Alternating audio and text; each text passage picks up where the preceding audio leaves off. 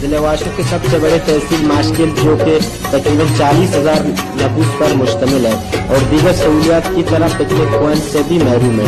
یہاں کے لوگ شہر سے 3 کلومیٹر دور گلوگا کے مقام پر پکنک منانے کے لیے چلے جاتے ہیں اور پکنک کے مقام پر کوئی سرکاری سطح کے انتظامات موجود نہیں۔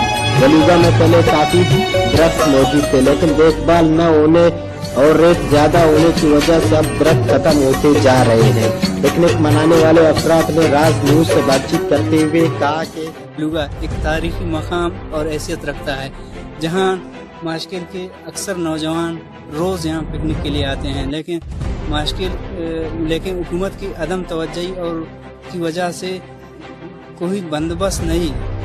ماشکل شہر سے 10 کلومیٹر دور گلوگا کے مقام پر ہم پکنک منانے کے لیے آتے ہیں، لیکن افسوس کی بات ہے کہ یہاں حکومتی سطح پر کوئی انتظامات نہیں ہے، نہ پانی اور نہ ہی اچھی سایہ، لیکن علاقہ میں اچھے پکنک پوائنٹ نہ ہونے کی وجہ سے ہم یہاں آتے ہیں۔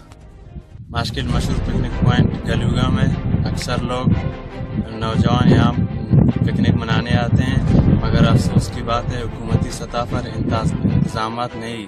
اگر حکومت اس طرف توجہ دیں تو ایک بہترین پکنک پوائنٹ بن جائے گا۔